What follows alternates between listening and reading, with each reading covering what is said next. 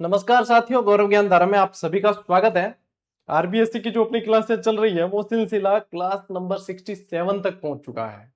67वीं class के अंदर अपन कक्षा 9 के तीसरे चैप्टर को, चौथा चैप्टर नहीं शुरू किया अभी अपन ने, तीसरा चैप्टर जो है आप लोगों के प्रमुख किसान आंदोलन और उसका तीसरा पार्ट पढ़ रहे हैं। ठीक है, किसान आंदोलन का तीसरा पार्ट, यानी कि आज के इस पार्ट में किसान आंदोलन पूरे होंगे। लास्ट दो पार्ट आप लोगों ने देखे तो अपन ने 30 स्लाइड के अंदर जो है पूरा मैटर पढ़ा है, और अब जो बचे हुए जो किसान आंदोलन है वो इसमें पढ़ लेंगे। यानी कि आप लोगों को कितना भी कंसेप्ट डिटेल में जाके जो है एग्जामिनर पूछने की कोशिश करेगा, तो जहां तक मुझे अनुमान है कि अपन ने बहुत अच्छी तरीके से पढ़ा है। अच्छा, जो इस किताब में दे रखा है जिस तरीके से याद हो सकता है उससे बढ़ के अपन ने एफर्ट किया है कि भाई कितना अच्छे से और अपन याद कर सकते हैं, है ना। तो क्या होता है स्लाइड्स में और बढ़िया फॉर्मेटिंग के साथ, चित्रों के साथ में क्या होता है, चीजें आसान हो जाती है। तो इससे आप लोगों के लिए पढ़ना निश्चित रूप से आसान हुआ है, और एक क्रांति जो है अब जग चुकी है। आप लोगों को पता है, सब अपनी अपनी तरफ से एफर्ट डाल डाल के अलग तरीके से पढ़ा रहे हैं किताबें, तो अच्छी बात है।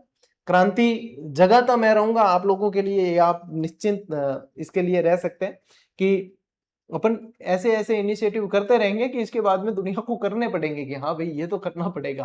कहना जीजीडी वाला गौरव सर कर चुके हैं, अरे यार ये तो यानी कि क्रांति है। तो एडी चीजें आपा करता रहा थान टेंशन लेने काम को नहीं है, मैं अलग जगह दूं थारे पूरी की पूरी लारे लारे फौज तैयार हो जाए। ठीक है, करा के शुरू आज की क्लास। ठीक है, चलिए शुरू करते हैं। अब देखिए, अब तक अपन ने किसान आंदोलन के अंदर बिजोलिया, बेंगू, जयपुर के किसान आंदोलन, शेखावाटी के आंदोलन वगैरह पढ़े।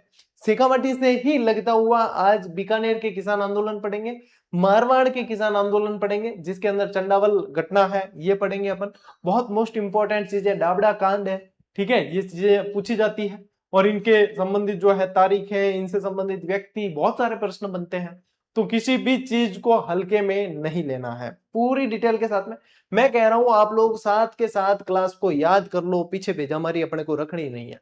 साथ के साथ क्लास को समझ के उसी दिन याद करनी है, हर 2 3 4 दिन बाद में रिवीजन करना है, खेल खत्म। ठीक है, चलो शुरू करते हैं। देखिए, आज के पटा आज अपार जो मुख्य चीज है वो है मारवाड़ किसान आंदोलन। ठीक है, मारवाड़ किसान आंदोलन। देखिए, जयपुर आंदोलन का प्रभाव जो है वो जयपुर राज्य के शेखावटी जाट आंदोलन का गहरा प्रभाव मारवाड़ के डीडवाना और सांबर परगनों तथा शेखावाटी के लगे क्षेत्रों में भी पड़ा है। अब आप लोगों को कि सर सांबर जो है अपन ने पढ़ा था कि जयपुर के अंतर्गत ठिकानों के अंदर आता है, तो सांबर की लोकेशन ऐसी है कि जयपुर इधर इधर देख लो, डीडवाना कुचामन है ना, इधर अजमेर है, इन सभी के सेंटर में पड़ता है। तो कुछ कुछ हिस्सा सभी के अंतर्गत आता है, और उसी का प्रभाव जो है पड़ा है यहां से। ठीक है, मारवाड़ लोक परिषद की स्थापना, और ये मोस्ट इंपॉर्टेंट है क्योंकि इससे संबंधित प्रश्न पूछा जा चुका है कि मारवाड़ लोक परिषद की स्थापना कब हुई है। 1938 के अंदर। कब हुई है? मई 1938 ईस्वी में मारवाड़ लोक परिषद का गठन हुआ है, और परिषद ने किसानों की मांगों का पुरजोर समर्थन किया और तत्कालीन सरकार की तीखी आलोचना की। देखो, ये लोक परिषद हो गई, ये प्रजामंडल हो गए, इन सब का काम क्या था? मान लो कि थारी की मांग है, ठीक है, अब थे डायरेक्ट नहीं उठा सको, नहीं तो थे क्या करो कि कोई ना कोई नेता ढूंढो, या कोई संगठन ढूंढो जिनकी सुने सरकार। तो ये लोक परिषदें हैं, ये प्रजामंडल है, इनका गठन इसीलिए किया था कि जनता की मांग को जो है सही तरीके से रखा जाए, जनता की मांग को सही तरीके से रखा जाए, इसलिए किया था, है ना। तो एक सेकंड रुकिए आप, एक अर्जेंट मैसेज है, इनको मैं जवाब दे देता हूँ।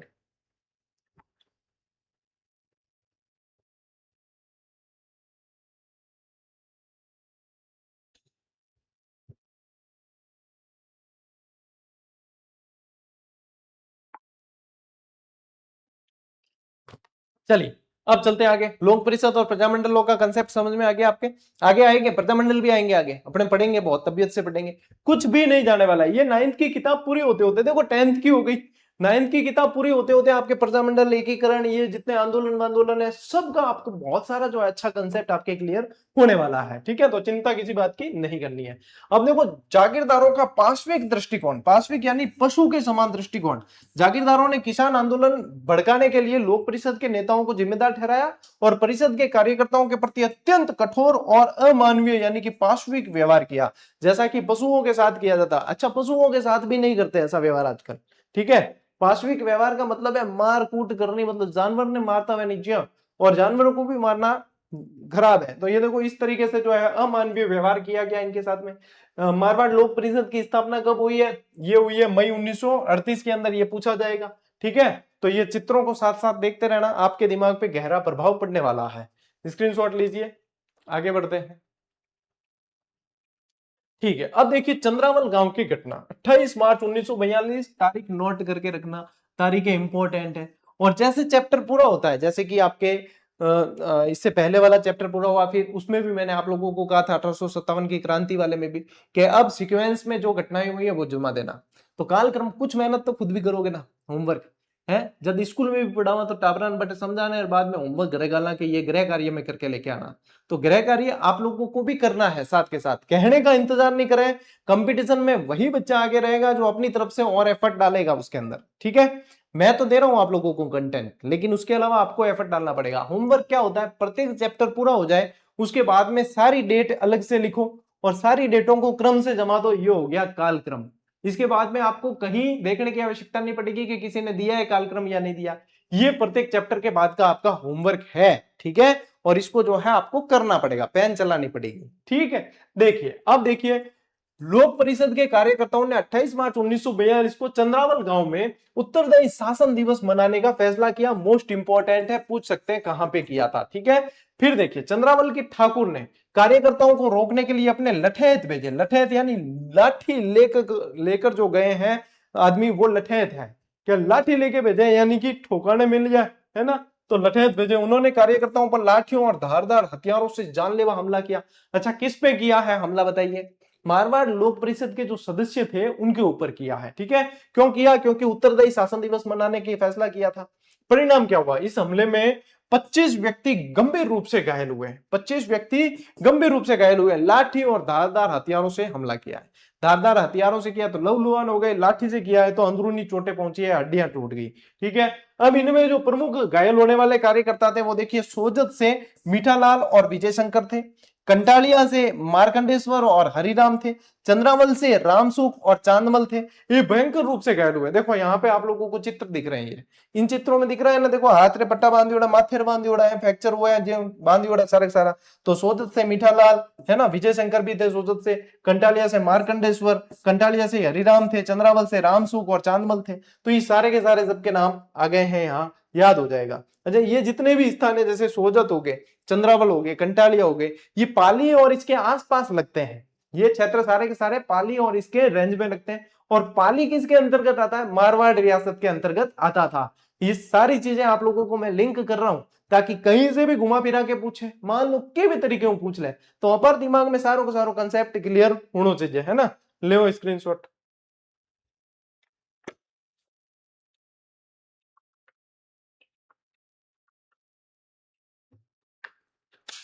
चलो आगे बढ़ा। डाबड़ा कांड 13 मार्च 1947। याद रखना, दिनांक याद रखनी बहुत जरूरी है, ये कई बार पूछा गया प्रश्न है। डाबड़ा कांड कब है? 13 मार्च 1947 को है। ठीक है, किसान सम्मेलन का आयोजन हो रहा था डीडवाना परगने का डाबड़ा गांव में 13 मार्च 1947 को किसान सभा और लोक परिषद के संयुक्त तत्वाधान में एक बड़ा किसान सम्मेलन आमंत्रित किया गया था। ठीक है, देख लीजिए यहाँ पे जो है एक बड़ा किसान सम्मेलन चल रहा है। अब ज्यादातर किसान आंदोलनों में क्या हुआ है, कुचला गया है आंदोलनों को, और उसमें कई लोग जो है हताहत हुए हैं। तो यहाँ पे नेताओं का आगमन देखिए, लोक परिषद के प्रांतीय नेता डाबड़ा पहुंचे और वहां के स्थानीय नेता मोतीलाल चौधरी के घर पे ठहरे। मोस्ट इंपॉर्टेंट है, रुके कहां है? मोतीलाल चौधरी के घर पे रुके हैं, जो वहां के स्थानीय नेता थे उनके घर पे रुके हैं। ये देखो मोतीलाल जी का घर है, तो यहाँ के जो मुख्य जितने भी बाहर के बड़े बड़े नेता आए थे वो सब इनके यहाँ पे रुके। ये मोतीलाल जी देख लो, ये रहे मोतीलाल जी, स्वागत कर रहे हैं इन सबका कि आइए मेरे घर पे, आप लोगों का स्वागत है। तो इस तरीके से जो है चीजें आप लोगों के दिमाग में पिक्चर जैसी चलती है ना। देखो पढ़ाई को रोचक जितना करेंगे उतना अपने लिए समझना आसान रहेगा, याद ज्यादा समय तक रखा जा सकता है। तो ध्यान में याद रही हमेशा ही कि डाबड़ा किसान पढ़ता नहीं, डाबड़ा किसान आंदोलन बीटा सर बताए। मोतीलाल जी हाथ जोड़ स्वागत करता के देखो मेरे घर रुकना है सबने। तो कहां रुके थे? मोतीलाल चौधरी के यहाँ पे रुके थे। ठीक है, लीजिए स्क्रीनशॉट, आगे बढ़ा। देखो सम्मेलन में भाग किस किसने लिया? मथुरा दास माथुर, द्वारका दास पुरोहित, राधा किशन बोहरा, किशन लाल शाह, नरसिंह कछवा, बंशीधर पुरोहित, हरिंद्र कुमार चौधरी और सी आर चौपासनी वाला। सी आर चौपासनी वाला, ये सब प्रमुख नेता थे जो दाबड़ा कांड से जुड़े हुए थे। ठीक है, अब काल में शेखावटी कांड थान पढ़ायो ई किताब में बिऊ यानी अब किला सेकंड ग्रेड के बार प्रश्न बढ़िया है बिम पूछ्यो है। मैं थान कहो अब क्लास करा तो जी टाइम कहो, और मैं क्या करूं कि ज्यादा भी टाइम मिले ना तो लारला पेपर जो है एनालिसिस करिया करूं मैं, है ना। और अब जो को है एक वस्तुनिष्ठ माते काम और चल रही है बिंगे अपडेट कर रहे हैं जो को बिम थारे जो पीटीआईटी वस्तुनिष्ठ में तैयार करा बार तो बिम जो है बे प्रश्न में पूरा पूरा देख तो इमु क्यों प्रश्न शामिल हुए बिम देखियो तो शेखावटी वालों वो प्रश्न दियोड़ो है। हम कल जो क्लास कराई ना बिम में पढ़ायो था कहीं कि शेखावटी किसान आंदोलन के ये प्रमुख प्रमुख नेता थे, ये याद रख लेना, पूछे जाएंगे। कहो ऐसे कैसे ये दाबड़ा वाले याद रख लेना, ये भी पूछे जाएंगे। इस सम्मेलन में किस किसने भाग लिया 100% प्रश्न है, आप लोगों को लिख के रख लो। अब इस किताब में जब अपन पढ़ते हैं मूल किताब में तो अपने को जो कंटिन्यू लाइन लिखी हुई थी याद नहीं होती, यहाँ पे आप लोगों को बिल्कुल व्यवस्थित करके दे दिया कि भैया ये याद रखना है। ठीक है, अब देखिए जागीरदारों ने सम्मेलन को रोकने की पहले से तैयारी कर रखी थी और नेताओं के पहुंचते ही उन्होंने मोतीलाल चौधरी के घर पर लाठियों और तेज धारदार हथियारों से धावा बोल दिया और नेताओं की बेरहमी से नरसंस्था पूर्वक पिटाई की है। कहां रुके थे सब? मोतीलाल जी का रुके थे। यही था मोतीलाल जी का घर, देख लो ये दिख रहा है मोतीलाल जी का घर है, देखो यही घर है। इसके बाद में इनके लठैत आ गए थे सारे के सारे, है ना, जागीरदार के, और इन्होंने यहाँ जितने प्रमुख नेतृत्व लीड रोल निभा रहे थे उनके साथ में पिटाई शुरू कर दी थी, इनकी पिटाई की थी यहाँ पे। ठीक है, तो ये याद रखना है आप लोगों को। लीजिए स्क्रीनशॉट। देखो अब मोतीलाल जी के जो परिवार जो इनके आवभगत में लगा हुआ था, जो यहाँ पे नेतृत्व करने आए थे, सम्मेलन में शामिल होने आए थे बड़े नेता, उनके परिवार के साथ में बहुत ज्यादा ज्यादती की यहाँ के जागीरदार और उनके लठैत जो भेजे गए थे। देखो इनके परिवार के साथ में अमानवीय जुल्म किए। मोतीलाल की माता के पैर काट दिए गया। आप सोचो उस समय कितनी जबरदस्त पीड़ा से मोतीलाल जी और मोतीलाल जी का परिवार निकला है। इनकी माता के दोनों पैर काट दिए, ये देखो। ठीक है, और इनके पिता और भाई की हत्या कर मार दिया गया। पिता और भाई की यहाँ पे हत्या करके इनको मार दिया है। ठीक है, और पत्नी के चेहरे यानी मुख को विकृत रूप कर दिया गया है। देखो चेहरे को जो है पूरा ही बिगाड़ दिया, विकृत रूप कर दिया, नोच दिया पूरी तरीके से। इतना अमानवीय जुल्म किया गया था और इसीलिए ये जो है ये पूरी प्रथाएं बंद हुई है। इसीलिए लोगों ने विरोध किया है क्योंकि ये इनके अंदर मानवीयता बिल्कुल नहीं रही थी। तो यहाँ पे ये देखो, ये जो है चित्रों के माध्यम से आप हमेशा इसे याद रख पाओगे कि दाबड़ा वहां पे मोतीलाल जी के परिवार के साथ क्या हुआ था। देखिए इस विभत्स घटना से पूरे गांव में भयंकर आतंक का माहौल बन गया और दाबड़ा कांड की समूचे देश में व्यापक निंदा की गई, है ना, सब जगह। क्योंकि समाचार पत्र, प्रेस, प्रिंटिंग प्रेस वगैरह काम कर रही थी उस समय, तो सभी जगह जो है ये बात फैल गई थी और बहुत जबरदस्त जो है इनकी आलोचना की गई थी। देखिए कितनी ज्यादती हुई, आप चित्रों से ही समझ पा रहे हो कि क्या हालत हुई होगी। चलो आगे बढ़ा। देखिए फिर चलते हैं अपन बीकानेर किसान आंदोलन। यहाँ की पृष्ठभूमि देखिए, गांवों के आंकड़े देखते हैं पहले। बीकानेर राज्य में कुल 2917 गांव थे, जिनमें से 1393 गांव जागीरी क्षेत्र के अंतर्गत आते थे। अब ये आंकड़े दिए हुए हैं आप लोगों के 9th की किताब के अंदर, इसलिए अपन को ध्यान रखना है। पूछ सकते हैं 2917 गांव थे जिसमें 1393 जागीरी क्षेत्र के अंतर्गत आते थे। यहीं से याद रख लेना, ये शिलालेख मैंने बना के दे दिया आप लोगों को बीकानेर राज्य के अंदर। ठीक है, पड़ोसी आंदोलनों का प्रभाव पड़ा। बीकानेर राज्य की सीमा से लगे सीकर क्षेत्र और शेखावाटी के जाट आंदोलनों का बीकानेर के जाट किसानों पर बहुत गहरा और व्यापक प्रभाव पड़ा। अब ये देखो यहाँ पे ये इसलिए ये कोई मैप बिल्कुल ऑथेंटिक नहीं है लेकिन प्रतीकात्मक है समझने के लिए कि पड़ोसी आंदोलनों का प्रभाव यहाँ से पड़ा है। मैं थाने एक उदाहरण बताऊं कि पड़ोसी और किम भी जैसे कि रिश्तेदार है बेकट घूमन चल गया तो दूसरे माथे असर पड़ी। ठीक है, बे घूमन गया है, स्टेटस लगा हुआ है, जो भी है, तो बंगे जो घूमने नहीं गया है नहीं बंगे घरे लपड़ा होना दादरा होना जरूरी है हुई तो वो प्रभाव पड़ता है। इसलिए यहाँ पे भी ये प्रभाव पड़ा है कि पड़ोसियों के यहाँ पे आंदोलन हुआ है तो उसका प्रभाव यहाँ पे इनके ऊपर पड़ा है और इससे बढ़िया उदाहरण से समझ नहीं सकते आप। लीजिए स्क्रीनशॉट, आगे बढ़ते हैं। फिर देखो जाट सम्मेलनों में भागीदारी। बीकानेर के अनेक जाट प्रतिनिधियों ने 2 बड़े आयोजनों में सक्रिय रूप से भाग लिया था। एक तो झुंझुनू में आयोजित अखिल भारतीय जाट महासभा का अधिवेशन और एक सीकर में 20 से 29 जनवरी 1934 को आयोजित जाट प्रजापति महायज्ञ, जो अपन कल की क्लास में पढ़ चुके हैं, है ना। ठाकुर देशराज, किशोरी देवी, जो कल के मुख्य नेता अपन ने पढ़े, उसमें ये यहाँ पे इन्होंने यहाँ बीकानेर वालों ने यहाँ पे भाग लिया था। ठीक है, इन सभी बाहरी गतिविधियों के प्रभाव से बीकानेर राज्य के जाटों में जागीरदारों के अत्याचारों के विरुद्ध आवाज उठाने का साहस पैदा हुआ और तीव्र राजनीतिक चेतना हुई। अब देखो इसका मैं उदाहरण बताता हूं। अभी हाल ही में दिल्ली के अंदर प्रोटेस्ट हुआ, ठीक है, दिल्ली के अंदर प्रोटेस्ट हुआ, शिक्षा मंत्री का इस्तीफा मांग रहे थे वहां पे, और जो पेपर लीक जैसे प्रकरण होते हैं उसके विरोध में युवा छात्र जितने भी थे वो सड़कों पे उतरे।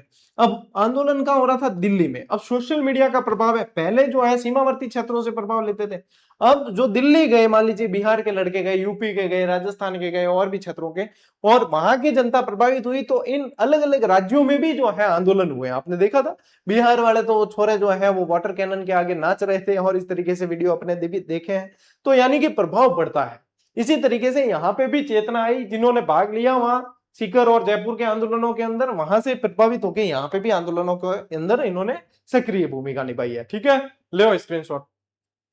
फिर देखिए जागीरी शोषण और उदरासर गांव का विद्रोह, ये 1937 में होता है, तो इसलिए ध्यान रखना यहाँ पे उदरासर के अंदर, ध्यान रखना 37 लाखों की मार थी यहाँ पे, विभिन्न तरह की। ये तो मतलब ऐसे ही अपन ने जो है लिखा है यहाँ पे, एग्जैक्ट नहीं है ये, लेकिन इस तरह की ही हुआ करती होगी। कई तरह की लागें थी जिसमें से 37 तरह के टैक्स देने पड़ते थे उस समय। ठीक है, 37 तरह के टैक्स पे कर रहे थे उस दौर में। बीकानेर राज्य के जागीरदारी क्षेत्रों में किसानों पर 37 प्रकार की लागें लागू थी। ठीक है, बेगार प्रथा थी। बेगार क्या है?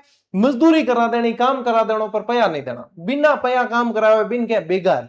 आज की तारीख में भी यदि कोई बिना पया अगर कोई काम करना जाए तो बन जो है मैंने दे दिया करे कि क्यों बेगारी करायो, यानी कि बिना मेहनत के मजदूरी करना। ठीक है, यानी मेहनता ना बिना करों के अतिरिक्त करों के अतिरिक्त जागीरदार स्थानीय किसानों से जबरन बेगार यानी बिना मजदूरी के काम भी लिया करते थे। उदरासर के अंदर 1937 में विद्रोह होता है। इन अत्यधिक लागमाग और शोषण के विरुद्ध 1937 में उदरासर गांव के किसानों ने पहली बार खुलकर अपनी आवाज उठाई।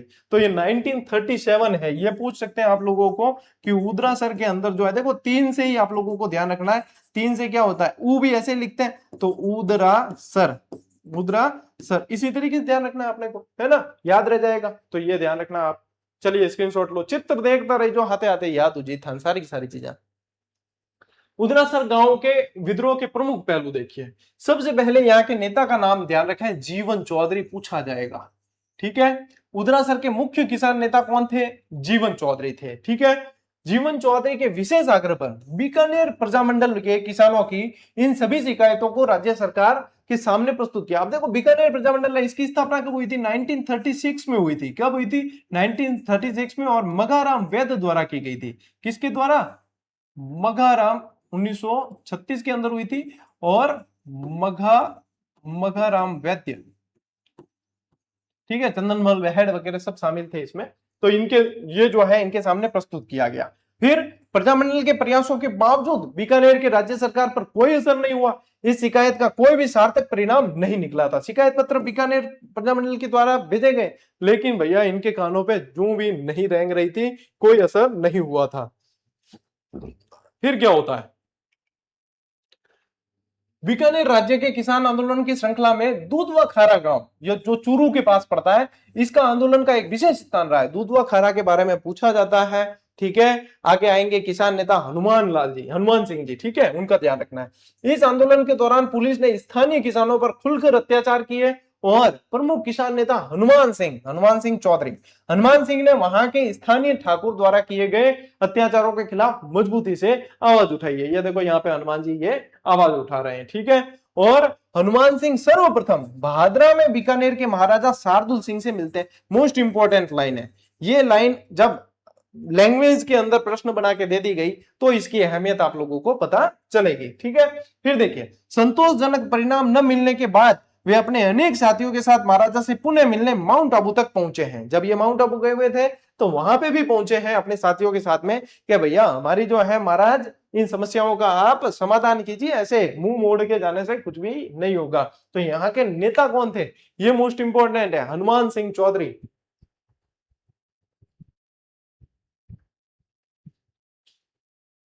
चले आगे बढ़े। देखिए आगे हनुमान सिंह जी का संघर्ष देखिए। महाराजा से मुलाकात करते हैं हनुमान सिंह। सर्वप्रथम ये तो अपन ने पढ़ लिया कि माउंट आबू तक गए हैं। अब देखिए महाराजा का रूप क्या था। आबू में भी महाराजा शार्दुल सिंह ने किसानों की समस्याओं का कोई संतोषजनक उत्तर नहीं दिया है।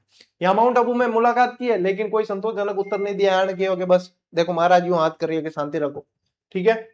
और गिरफ्तारी होती है इनकी जब हनुमान सिंह महाराजा से मिलकर आबू से वापस लौट रहे थे, तब जून 1945 के अंदर पुलिस ने उन्हें रतनगढ़ नामक स्थान से गिरफ्तार कर दिया। कहां से गिरफ्तार किया है? रतनगढ़ से गिरफ्तार कर दिया। देखो इन्हें गिरफ्तार और कर दिया। कहां से किया है? रतनगढ़ से किया है, ठीक है। चित्रों की बहुत अहमियत है, आप लोगों को सीधी सीधी चीजें याद हो रही है। भादरा में मुलाकात हुई, माउंट आबू गए, उसके बाद में माउंट आबू में मुलाकात हुई, राजा ने कोई जो है तवज्जो नहीं दी है, संतोषप्रद कोई उत्तर नहीं दिया, फिर गिरफ्तारी हुई है जून 1945 में, रतनगढ़ से हुई है, ठीक है, रतनगढ़ से हुई। आधी स्लाइड में था, चित्रों में याद हो जाए सारी की सारी चीजें, ठीक है। क्यों क्यों याद हो जाती है ऐसी? क्योंकि जीजीडी है तो मुमकिन है, ठीक है। चले आगे बढ़े। अब देखिए मुकदमा, यातनाएं और प्रलोभन का ठुकराना। देखिए गिरफ्तारी के बाद हनुमान सिंह पर देशद्रोह का मुकदमा चलाया। अब देखिए करे कौन बरे कौन। अब ये कहां से देशद्रोह कर रहे हैं? ये किसानों की मांगे रख रहे हैं, ये किसानों की जायज मांगे रख रहे हैं कि ये अत्याचार हो रहे हैं, इनको नहीं करना चाहिए वगैरह वगैरह। इनके ऊपर ही देशद्रोह का मुकदमा ठोक दिया और इन्हें 5 वर्ष का कठोर कारावास की सजा सुनाई गई।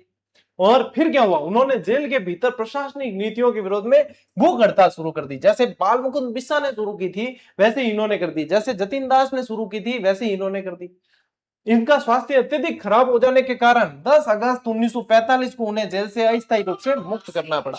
फिर जो है इनको मुक्त करना पड़ा 10 अगस्त 1945 को, ठीक है। तो ये ध्यान रखना है, तबीयत ज्यादा खराब हो गई तो फिर इनको मुक्त कर दिया गया।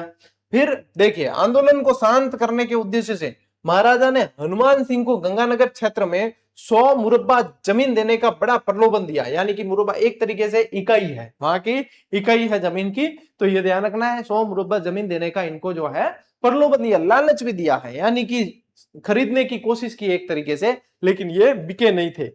लीजिए स्क्रीनशॉट। हनुमान सिंह ने राष्ट्र प्रेम के कारण महाराजा के इस जमीन के प्रलोभन को साफ साफ स्वीकार करने से मना कर दिया, यानी कि ठुकरा दिया। क्या कहा? मैं राष्ट्र प्रेम के कारण इस प्रलोभन को स्वीकार नहीं करता हूं, ठीक है। जो 100 मुरब्बा जमीन देने की बात थी कि जमीन नहीं चाहिए, आप तो हमारा देश के अंदर जो अत्याचार हो रहा है वो बंद करें। जेल से बाहर आने के बाद भी वे लगातार सामंतवाद के खिलाफ संघर्ष करते रहे, जिसके कारण उन्हें 2 बार जेल की यात्रा करनी पड़ी, वापस जेल डाला। फिर भी ये जो है अपने संघर्ष के अंदर डटे रहे हैं। अंतिम रिहाई होती है इनकी 4 जनवरी 1948 को। कब होती है? 4 जनवरी 1948 को होती है। अंततोगत्वा जब बीकानेर राज्य में उत्तरदायी लोकप्रिय शासन का गठन हुआ, तब 4 जनवरी 1948 को उन्हें हमेशा के लिए जेल से मुक्त कर दिया गया। फिर जो है इनको हनुमान सिंह जी को छोड़ दिया है 4 जनवरी 1948 को। तो ये याद रखना है चीजें सारी की सारी। लीजिए स्क्रीनशॉट। चलो भाई टावरों, दूध व खारा आंदोलन के परिणाम क्या हुए और ऐतिहासिक महत्व क्या है? देखिए सफलता का मूल्यांकन। यद्यपि दूध व खारा का यह किसान आंदोलन अपने तत्कालिक उद्देश्यों में पूरी तरह सफल नहीं रहा, लेकिन फिर भी जो है राजनीतिक चेतना का संचार किया है। सफलता न मिलने के बावजूद इस आंदोलन ने संपूर्ण बीकानेर क्षेत्र की जनता में तीव्र राजनीतिक चेतना का संचार किया है। आत्मविश्वास की जागृति हुई लोगों के अंदर, है ना। इस संघर्ष से किसानों के भीतर जो है आत्मविश्वास जागा है, अत्याचारों का विरोध किया है। इस जागृति का सबसे बड़ा परिणाम यह हुआ कि क्षेत्र के आम किसान अब जागीरदारों और शासकों के अत्याचारों के विरुद्ध खुलकर आवाज उठाने लगे। यानी कि लोगों को हिम्मत मिली, साहस मिला कि भैया हमें जो है विरोध करना है, गलत का विरोध करना पड़ेगा। तो इनसे जो परिणाम निकले वो आप लोगों के सामने ये प्रस्तुत है, ठीक है। चलिए स्क्रीनशॉट लो। देखो भाई अब रायसिंह नगर कांड ये पूछा जाता है। बिरबल सिंह शहीद हुए थे यहाँ पे, ठीक है। रायसिंह नगर कांड, बिरबल सिंह यहाँ पे शहीद होते हैं 1946 में। देखिए प्रजामंडल द्वारा जो है 30 जून से 1 जुलाई 1946 को रायसिंह नगर में एक राजनीतिक सभा बुलाई गई थी। ये रायसिंह नगर पड़ता कहां था? गंगानगर के अंदर। कहां पड़ता था? गंगानगर, ठीक है। बीकानेर गंगानगर उस समय जो है एक ही रियासत के अंदर आते थे, अब गंगानगर के अंतर्गत आ जाता है। फिर देखिए पुलिस लाठीचार्ज। इस शांतिपूर्ण सभा पर पुलिस ने क्रूरता पूर्वक लाठियों से हमला किया, जिससे प्रजा परिषद के अनेक कार्यकर्ता गंभीर रूप से घायल हो गए। देखो ये विरोध कर रहे थे, तो पुलिस कार्रवाई हर जगह जो है दमन करने के लिए पुलिस कार्रवाई, बल का प्रयोग हमेशा से होता आया है, जो अपन ने हाल ही में उदाहरण देखा भी है। फिर विश्राम गृह का घेराव किया। पुलिस की इस बर्बर कार्रवाई से आक्रोशित होकर उग्र भीड़ ने राजकीय विश्राम गृह जो गेस्ट हाउस था उसको चारों तरफ से घेर लिया। राजकीय विश्राम गृह था जो गेस्ट हाउस था उसको घेर लेते हैं चारों तरफ से। ठीक है, एक बार स्क्रीनशॉट लो, देखो ध्यान दिखे ना, और राजकीय गेस्ट हाउस है, इन घेर लियो पूरी की पूरी जो है जनता। ठीक है, उग्र भीड़ जो है वो घेर लियो, ले स्क्रीनशॉट।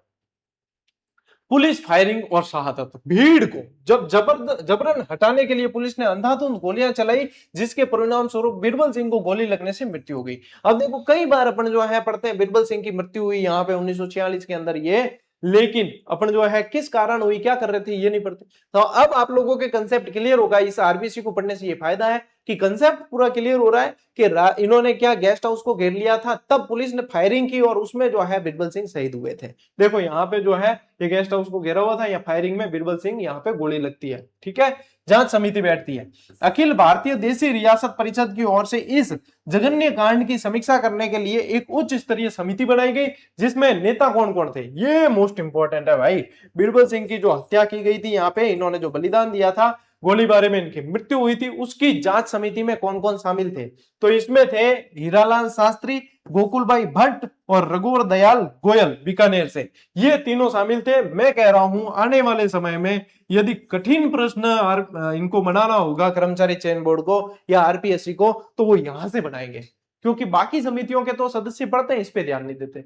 तो ये हीरालाल शास्त्री, गोकुलभाई भट्ट, रघुवर दयाल गोयल, यहां से प्रश्न आप लोगों के बनेगा आने वाले समय। ठीक है, लीजिए स्क्रीनशॉट। देखिए इसके बाद में पढ़ते हैं अपन कांगड़ कांड, ये भी बीकानेर के अंतर्गत ही आता है। वहीं पे देखो अक्टूबर 1946 ईस्वी में क्षेत्र में भयंकर अकाल और सूखा पड़ा। इसके बावजूद कांगड़ के क्रूर जागीरदारों ने किसानों से पूरा लगान वसूल करने की हठ धर्मिता दिखाई है। ठीक है, अब देखो काल ही पड़ गया, जब मतलब अनाज ही उत्पन्न नहीं हो रहा, देखो सूखा पड़ा हुआ है पूरा ही, फिर भी क्या कह रहे हैं पूरा लगान देना पड़ेगा। कहां से दे किसान, कहां से लाएंगे, उनके खुद के खाने को अनाज नहीं है, फिर भी लगान मांग रहे हैं, तो निकती बात है कि फिर जो है विरोध होगा। कृषकों का विरोध और महाराजा से गुहार लगी। कांगड़ के किसान मिलकर कहां जाते हैं, जबरन वसूली का कड़ा विरोध करते हैं और अपनी व्यथा सुनाने जागीरदार की शिकायत करने के लिए किसान सीधे राजधानी बीकानेर पहुंच जाते हैं और बीकानेर के शासक से जाके ये अनुनय विनय करते हैं कि भैया ये हमारे साथ में सर गलत हो रहा है, राजा जी हमारे साथ में गलत हो रहा है, काल पड़ा हुआ है, हम कहां से देंगे। ठीक है, तो क्या होता है, जागीरदार प्रतिशोध लेता है। किसानों के बीकानेर जाने की भनक लगते ही जागीरदार आग बबूला हो गया और उसने वापस लौटे निर्दोष किसानों पर घोर अमानवीय और बर्बर अत्याचार किए कि मेरी शिकायत करने जाओगे तुम। जैसे इसको पता चलता है तो ये बौखला गया और जैसे ही वो आते हैं तो उनके ऊपर अमानवीय अत्याचार करने शुरू कर दिए। ठीक है, सर्वत्र इस कांड की निंदा होती है। इस विभत्स कांड से कांगड़ कांड की समूचे राजपुताना और देश भर में तीखी आलोचना और निंदा होती है और 1948 में संघर्ष का अंत होता है।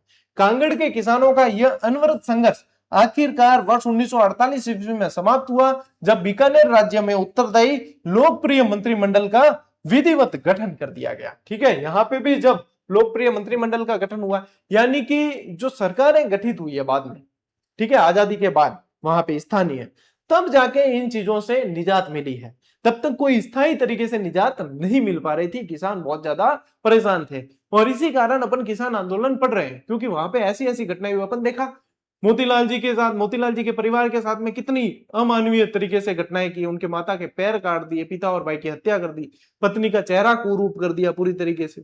तो ऐसी अमानवीय घटनाएं हुई है, तभी जो है आंदोलन बढ़े हैं। ठीक है, लीजिए स्क्रीनशॉट। देखिए कुंभाराम आर्य का योगदान और किसान आंदोलन। देखिए बीकानेर राज्य के किसान आंदोलनों को नई धार देने वाले शीर्ष नेताओं में कुंभाराम आर्य का नाम प्रमुखता से गिना जाता है। इन्होंने जागीरदारों द्वारा ली जाने वाली परंपरागत लाख भाग को जो है वो शोषणकारी बेगार प्रथा को न देने का खुला बिगुल बजाया था। किसकी बात हो रही है, कुंभाराम आर्य की बात हो रही है। और बीकानेर किसान आंदोलन के अंदर पढ़ना है, यह हनुमान सिंह चौधरी, कुंभाराम आर्य, ये सब इसमें पढ़ेंगे अपन, रघुवर दयाल गोयल, ये सब प्रजा परिषद से जुड़े हुए थे। बीकानेर प्रजा परिषद के साथ निरंतर मजबूती से जुड़े रहे और राजनीतिक आंदोलनों का कुशल संचालन किया। प्रसिद्ध पुस्तक लेखन इनकी बहुत मोस्ट इंपोर्टेंट है, याद रखना, पूछेंगे आगे। किसानों को वैचारिक रूप से सुदृढ़ और संगठित करने के लिए किसान यूनियन क्यों नामक एक प्रसिद्ध पुस्तक की रचना की। ये देख लो, ये पुस्तक अब तो याद हो जाएगी ना, यहाँ पे किताब पे तुम्हें किताब ही बता दी पूरी। क्या है, किसान यूनियन क्यों नाम की पुस्तक किसने लिखी है, कुंभाराम आर्य ने। ऐसे लिखो क, और क से ही क्या ध्यान रखना है, पुस्तक का नाम किसान यूनियन क्यों, और क से क्या ध्यान रखना है, कुंभाराम, ठीक है, कुंभाराम आर्य। बस यही तरीका है याद करने का। सामंती व्यवस्था के समूल नाश और पीड़ित किसानों को के अधिकारों की रक्षा के लिए उनका यह ऐतिहासिक संघर्ष देश की स्वतंत्रता के पश्चात भी लगातार जारी रहा था। ठीक है, चलो स्क्रीनशॉट लो, ये किताब बहुत मोस्ट इंपॉर्टेंट है, पूछी जाएगी। और इसी के साथ अपना राजस्थान का किसान आंदोलन वाला चैप्टर जो है, यानी कि इस बुक का तीसरा चैप्टर है, इस किताब का तीसरा चैप्टर है, ये पूरा हो चुका है। अब तो अगला चैप्टर कौन सा है अपन हाथों हाथ देख लेते हैं, ताकि आप उसके लिए प्रिपेयर भी रहें। ठीक है, बहुत बढ़िया तरीके से आपके नोट्स तैयार हुए हैं, आप इसके लिए तो आश्वस्त रह सकते हैं। ठीक है, ये है भैया, इसके बाद में जनजातीय आंदोलन है, ये भी बड़ा दे रखा है, जनजातीय आंदोलन बहुत बढ़िया तरीके से दे रखा है, बड़ी तरीके से दे रखा है। इसके बाद में आएगा जन जागृति और प्रजामंडल आएगा। ठीक है, प्रजामंडल आंदोलन आएगा इस चैप्टर के बाद, और प्रजामंडल के बाद में आपके आने वाला है एकीकरण, राजस्थान का एकीकरण आएगा, यानी कि आधुनिक राजस्थान का इतिहास जितना भी है ना, वो संपूर्ण इसके अंदर आ रहा है। फिर आएगा राजस्थान की शौर्य परंपरा, जिसमें जैसे मेजर शैतान सिंह है, मेजर पीरू सिंह है, इन सब के बारे में है। ठीक है, कर्नल अनूप सिंह है, इन सब के बारे में ये सब आएंगे, शौर्य परंपरा। और ये तो इसके साथ फिर ये करके और ये पूरा होगा, यानी कि लगभग अभी मानकर चले आप कि जनजाति की आंदोलन की हो जाएगी आपके 3 क्लास हैं, फिर प्रजामंडल की भी कम से कम 3 क्लास आएगी, फिर एकीकरण है। ठीक है, कम से कम 12 से 14 क्लास इस किताब में अभी अपनी अपनी बची है। ठीक है, 4 चैप्टर है तकरीबन, और 12 से 14 क्लास आएगी, मैक्सिमम 15, तो इतनी तो यानी कि 2 सप्ताह की क्लासें इसकी बची है। इसके बाद में 6ठी 7वीं 8वीं की किताबें रहेगी, उनमें ज्यादा समय नहीं लगेगा, उनमें तो एक चैप्टर एक दिन, इतना ही है, उसमें ज्यादा जो समय नहीं लेंगे, ताकि जो है सही समय पे कवर हो जाए। लगभग मैं मानकर चल रहा हूं कि महीना 40 दिन जो है इसके अंदर और अपन को लग जाएंगे, ये लगने से, यानी कि ये एक तरीके से आपकी प्रिपरेशन चल रही है, सीईटी की भी चल रही है, रीट की चल रही है, या जो भी एग्जाम दे रहे हो उसकी चल रही है। ये क्लासें पूरी होने से आपके राजस्थान जीके का जो भय है कंसेप्ट वाला, वो पूरी तरीके से समाप्त हो जाएगा। और उसके बाद में अपन फ्रेश बैच शुरू करेंगे एकदम शून्य से, रीट मेंस का, जो रीट मेंस का शुरू करेंगे वही समझ लो सीईटी के अंदर भी काम आना है, सभी के अंदर आना है, लेकिन अपन बेस बनाएंगे रीट मेंस को, ताकि उसके सिलेबस को पकड़ के चलेंगे तो बाकी वैकेंसी का सिलेबस सभी जो है कवर हो जाएगा। अब कई विद्यार्थी पूछते हैं, सुनना मेरी बात, कई विद्यार्थी पूछते हैं कि सर पीटीआई का बैच शुरू कब करोगे, सर कांस्टेबल का शुरू कब करोगे, सर उसका सीईटी का शुरू कब करोगे। मेरी बात सुनो आप, कि मैं जो बैच लेकर चलता हूं ना, उसमें आपका जो जो सिलेबस जिसका मैच हो रहा है उसको उसके टॉपिक पढ़ते चले जाओ, और जो अलग से है वो भी मैंने क्लासेस करवा रखी है इसी यूट्यूब चैनल पे, तो वो अलग से देख लो आप। स्पेशल ये इंतजार मत करो कि हमारे लिए स्पेशल थंबनेल बनेगा कि ये पीटीआई वालों के लिए है। आपको सिलेबस मैच करना आना चाहिए, इस स्तर पे आप लोगों को समझदारी दिखानी पड़ेगी, तब जाके आप कर पाओगे। अब कई जने आते हैं, गुरुजी पीटीआई की टेस्ट सीरीज मुझे चाहिए, गुरुजी मुझे जो है राजस्थान जीके की टेस्ट सीरीज चाहिए, कौन सी ज्वाइन करूं। अब वो जार अगर यूं देख ले कि सीईटी की टेस्ट सीरीज में पूरा ही राजस्थान जीके दे रखी हो, और राजस्थान जीके के अलावा इंडिया जीके वगैरह सब कुछ दे रखी हो, तो बिन पूछने की जरूरत ही नहीं पड़े। लेकिन बिन तो चाहिए कि एकदम ही बिल्कुल बोई लिखी हो चाहिए, तो ऐसा इंतजार न किया करें, समझदारी दिखाएं, सिलेबस मैच करें कि आपके सिलेबस में कौन सी चीज मैच हो रही है उसको ज्वाइन कर लें, और फिर अपनी तैयारी को आगे बढ़ाएं। जब तक आप समझदारी नहीं दिखाओगे, आत्मनिर्भर नहीं बनोगे, तो दुनिया भैया शोषण करने के लिए तैयार बैठी है, कोई छोड़ने वाला नहीं है। पहले किसानों का यहाँ पे शोषण हुआ था, आजकल आप लोग देख रहे हो कि कहां पे कौन किसका शोषण कर रहा है। तो इसलिए समझदार बनो और खुद निर्णय लेना सीखो थोड़े सी। ठीक है, बाकी आज की इस क्लास में साथियों इतना ही। अब मिलते हैं अपन अगली क्लास में, अगले सेशन में। तब तक के लिए राम राम, जय हिंद।